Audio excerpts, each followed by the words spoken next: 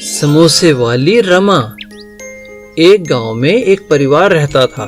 परिवार का मुखिया रामलाल कोयले का व्यापारी था। रामलाल अपने बेटे मोहन और उसकी पत्नी रमा के साथ रहता था। मोहन और रामलाल दोनों अपना कारोबार संभालते और रमा घर संभालती थी। रमा बहुत अच्छा खाना बनाती थी। जो भी उसके हाथ का खाना खाता था बहुत तारीफ करता था। बेटी, तुम्हारे हाथ के खाने में तो जादू है। ये तो आपका आशीर्वाद है बाबूजी। एक बार बहुत ज्यादा बारिश होने के कारण उनका कोयले का व्यापार ठप हो गया। बेटा, हमारा सारा कोयला गीला हो गया है। अब कोयला कोई नहीं खरीदेगा। हमारा तो बहुत नुकसान हो गया। पिताजी, आप चिंता ना करें, मैं कुछ और करता हूँ।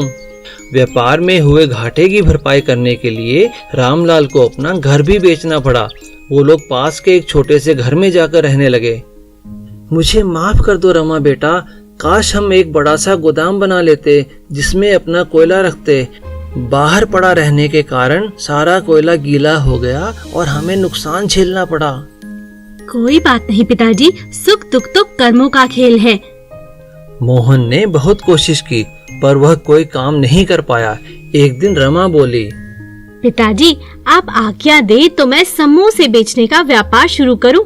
आपका आशीर्वाद बहुत जरूरी है। मुझे कोई ऐतराज नहीं है बेटा। रमा ने अपने घर के बाहर ही समोसे का व्यापार शुरू कर दिया। वो इतने स्वादिष्ट समोसे बनाती कि लोग समोसे की खुशबू से ही खींचे चले आते। वाह रमा दीदी, तुम्हारे हाथ में तो जादू है। मैं तो रोज ये समोसे खाता हूँ, फिर भी दूसरे दिन मन नहीं भरता, फिर यहाँ आ जाता हूँ। रमा का समोसों का व्यापार दिनों दिन बढ़ने लगा। अपनी मेहनत से रमा ने खूब पैसे कमाए और उन पैसों को जोड़ कर भी रखा। पिताजी, ये मेरे बचाए हुए कुछ पैसे हैं। इन पैसों से आप फिर से अपना कोयले का व्यापार शुरू कर लीजिए। वाह बेटा, तुमने तो कमाल कर दिया। आज तुमने अपनी मेहनत से हमारे घर को बर्बाद होने से बचा लिया। अब मैं खूब अच्छे से अपना काम करूंगा, पर पहले गोदाम बनाऊंगा। सीख, मेहनत और लगन से किया गया काम हमेशा प्रगति कराता है। ब्राह्मण और गधा। एक पराग नाम का आदमी था। उसके पास एक छोटा सा गुड़ का व्यापार था। वह गांव-गांव जाकर गुड़ बेचता। एक दिन जब वह थक हार कर घर लौटा तो उसकी पत्नी बोली, आप कितना थक जाते हैं, कल चलकर एक गधा खरीद लेते हैं। आपको व्यापार में आसानी होगी। अब कुछ पैसे भी जमा हो चुके हैं। पराग और उसकी पत्नी अगले दिन बाजार से एक गधा खरीदकर घर लौट रहे थे। तभी अचानक दो आदमी आपस में बात करके हंसने लगे। अरे देखो, मूर्ख गधा होते हुए भी पैदल चल रहे हैं। हाँ, देखो तो कितने बेवकूफ हैं। कब अकल आएगी आपको? चलिए बैठ जाते हैं गधे पर। दोनों गधे पर बैठ गए। तभी रास्ते में एक और गधा और उसका मालिक मिले। हे भगवान, एक मासूम जानवर पर इतना जुल्म, शर्म नहीं आती? ये मर जाएगा तुम दोनों के बोझ से। ये व्यापारी ठीक कहता है, तुम बैठी रहो, मैं पैदल चलता हूँ। कुछ दूर चलने के बाद एक पेड़ के नीचे कुछ आदमी बैठे थे और वे उन्हें देखकर बोले, बीवी का गुलाम है बेचारा। हाँ, ये तो पूरी तरह बीवी का गुलाम लगता है। यह सुनकर पराग की पत्नी को बहुत बुरा लगा। आप बैठिए, मैं पैदल चलना चाहती हूँ। आपका कोई मजाक बनाए मुझे पसंद नहीं। अब पराग गांव पहुंचा ही था कि कुछ गांव की औरतें उसे देखकर बोली, बड़ा ही अजीब आदमी है। बेचारी औरत पैदल है और ये महाराज की तरह सवारी कर रहा है। जरा भी शर्म नहीं है। हाँ बहन, तुम ठीक कहती हो। देखो ना, चल चल कर मुझे लगता है इसके पैरों में छाले पड़ गए होंगे। पराग नीचे उतरा और बेचैन हो उठा। बस बहुत हो चुका, समझ नहीं आ रहा क्या करूं। हर बार कोई ना कोई कुछ ना कुछ बोले ही जा रहा है। तभी सामने खड़े ब्राह्मण ने पूछा, क्या हुआ पराग बेटा, बहुत गुस्से में हो? पराग ने सारी बात बुजुर्ग को बताई। अरे बेटा, जितने मुंह उतनी ही बातें। इन लोगों की जितनी सुनोगे परेशान ही रहोगे। जो तुम्हें सही लगता है तुम वही करो। और पराग को ब्राह्मण की बात समझ आ गई और वो अपनी पत्नी के साथ गधा लेकर खुशी खुशी घर चला गया। लालची जलेबी वाला। एक गांव में एक जलेबी की दुकान थी। दुकान का मालिक था सुरेश। सुरेश बहुत ही स्वादिष्ट जलेबियां बनाता था। लोग दूर दूर से उसके वहां जलेबी खाने आते थे। इस तरह उसकी खूब कमाई होती थी। जैसे जैसे उसकी कमाई बढ़ गई वैसे वैसे उसका लालच भी बढ़ता रहा। कई बार तो उसकी जलेबियां खत्म हो जाती, लेकिन ग्राहक आते ही रहते। ये काम बहुत अच्छा चल रहा था। काम तो बहुत बढ़ गया है, लेकिन मुझे अकेले संभालने में दिक्कत हो रही है। एक दो कारीगर रख लेता हूँ, वो जलेबी बनाएंगे और मैं बस पैसे इकट्ठे करूंगा। अब सुरेश सिर्फ गल्ले पर ही बैठने लगा। उसने एक छोटा सा चुंबक अपने तराजू के नीचे भी चिपका दिया, जिससे कि कम जलेबियों से भी ज्यादा पैसे मिले। आधा किलो जलेबी दे दो। हाँ हाँ, क्यों नहीं। बस इतनी सी? ये तो कम लग रही है। कम नहीं है, तुम्हारे सामने ही तो तोल रहा हूँ। पूरी है, ले जाओ। इस तरह सुरेश ज्यादा पैसे कमाकर खूब अमीर हो गया और मोटा लाला बन गया। उसने जलेबियों के साथ साथ समोसे और पकौड़े बेचने भी शुरू कर दिए। एक लड़की पिंकी उसकी दुकान के आगे से रोज निकलती और वहां रुककर जलेबी खुशबू लेती थी। वो गरीब थी, इसलिए कभी जलेबी नहीं खरीद पाती, पर वहां खड़े होना उसे अच्छा लगता था। जाओ यहाँ से, क्या करने आती हो यहाँ पर? कभी कुछ खरीदती तो हो नहीं, जाओ भागो। एक दिन पिंकी की माँ ने उसे कुछ पैसे दिए। बेटा, ये 10 रुपए हैं, ये ले और जाकर जलेबियां खा ले। पिंकी खुशी खुशी दुकान पर पहुंची, यह सोचकर कि आज तो वह जलेबी खाएगी। हाँ लड़की, यहाँ क्यों खड़ी हो? मुझे 10 रुपए की जलेबी दे दो। लाओ दो और जाओ यहाँ से। पर पहले जलेबी दो। ये तो जो रोज तुम यहाँ जलेबी की खुशबू लेती थी, ये उसके पैसे हैं। अगर जलेबी खानी है तो और पैसे लेकर आओ। ये सुनकर पिंकी उदास हो गई। पास ही खड़े एक पुलिस वाले ने ये सारी बात सुन ली। तुम इतनी छोटी बच्ची को क्यों परेशान कर रहे हो? इसे जलेबी क्यों नहीं देते?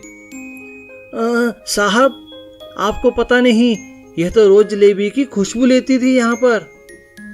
ओह, तो ठीक है, मुझे भी तो जलेबी की खुशबू आ रही है। मुझे भी इसके पैसे देने होंगे। मैं भी पैसे देता हूँ। पुलिस वाले ने अपनी जेब से 10 रुपए निकाले और उसको हिलाते हुए सुरेश को उसकी हवा करते हुए बोला, मिल गए तुम्हें 10 रुपए। अरे साहब, आप तो मजाक कर रहे हैं। जलेबी की खुशबू के बदले पैसों की हवा, हुआ ना हिसाब बराबर। सुरेश यह सुनकर बहुत शर्मिंदा हो गया। सीख, लालची व्यक्ति कभी न्याय नहीं कर पाता। चूहे और जादूगर। एक समय की बात है, समरपुर नाम का एक गांव था। उस गांव के सभी लोग बहुत आलसी थे। नहाना, धोना, घर की सफाई करना जैसे उन्हें आता ही नहीं था। हर तरफ गंदगी ही गंदगी थी। इस कारण पूरे गांव में चूहों की तादाद बढ़ गई और बीमारियां बढ़ रही थी। गांव में सिर्फ एक ही अस्पताल था जिसमें मरीज भरे रहते थे। एक दिन गांव के डॉक्टर ने परेशान होकर गांव के सरपंच से कहा, देखिए सरपंच जी, गंदगी के कारण बीमारियां बढ़ती जा रही हैं। आप कुछ करें, नहीं तो यह गांव खत्म हो जाएगा। सरपंच ने गांव में ऐलान किया, जो भी गांव से सारे चूहे भगाएगा मैं उसे मुंह मांगा इनाम दूंगा। गांव में एक जादूगर आया हुआ था। उसने सरपंच की बात सुन कहा, मैं आपको इन चूहों से छुटकारा दिलाऊंगा, लेकिन उसके बदले आप मुझे अपनी आलीशान हवेली देंगे। सरपंच ने उसकी बात मान ली और जादूगर वहां से चला गया। अरे, यह क्या कर दिया आपने? चूहों के लिए अपनी हवेली दे देंगे क्या? अरे पहले चूहे निकलने तो दो, फिर देखा जाएगा। जादूगर ने अपने जादू से गांव के सभी चूहे जंगल भेज दिए और अपना इनाम लेने सरपंच के पास पहुंचा। सरपंच बहुत खुश हुआ और उसे एक नए घर की चाबी दी। यह क्या, मैंने आपसे आपकी हवेली मांगी थी, लेकिन आप मुकर गए। अगर मैं चूहों को भगा सकता हूँ तो उन्हें वापस भी ला सकता हूँ।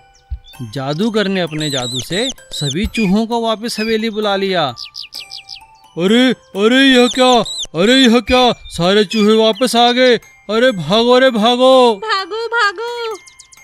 और सरपंच डर के मारे हवेली छोड़ भाग खड़ा हुआ और हवेली जादूगर को सौंप दी। बैलगाड़ी। चंदू एक बैलगाड़ी वाला था। चंदू बहुत ही मेहनती था। वह भगवान का नाम लेते नहीं थकता था। उसे भगवान पर बहुत भरोसा था। हर समय भगवान का जाप करना उसका नियम बन चुका था। जय जय राम, जय राम, जय जय राम, जय राम।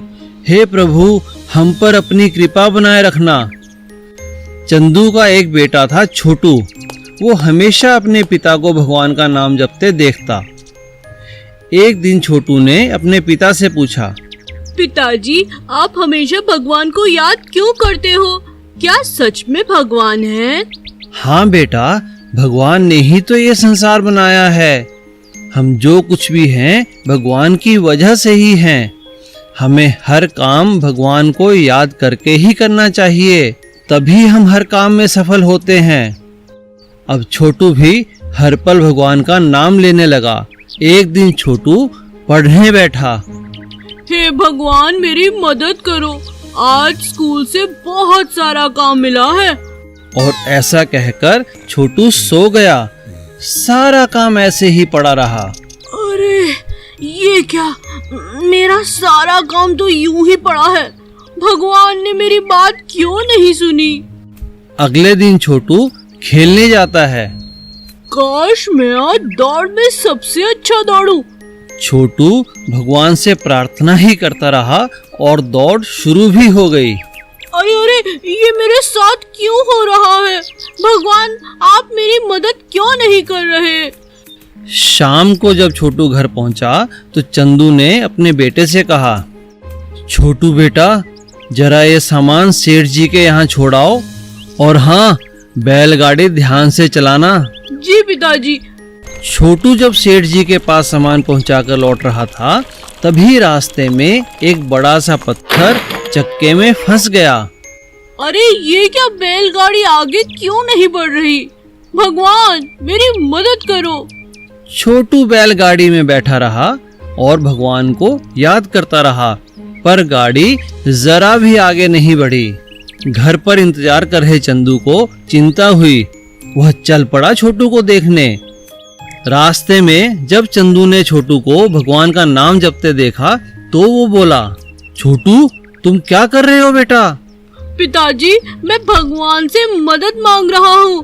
पता नहीं क्यों ये तांगा चल नहीं रहा। मैं बहुत देर से भगवान को आवाज लगा रहा हूँ, पर आप जानते हैं वो कभी मेरी बात नहीं सुनते। मैंने कल भी उनसे मदद मांगी, मगर उन्होंने मेरी कोई मदद नहीं की। अरे बेटा, हमें पहले कोशिश तो करनी चाहिए, तभी तो भगवान हमारी सहायता करेंगे। भगवान से शक्ति मांगो, फिर चक्के में फंसे पत्थर को निकालने की कोशिश करो, फिर देखना भगवान तुम्हारी मदद जरूर करेंगे। क्या सच पिताजी? और इस तरह चक्के से पत्थर निकाल के दोनों बैलगाड़ी के सहित घर वापस चले गए। Please subscribe.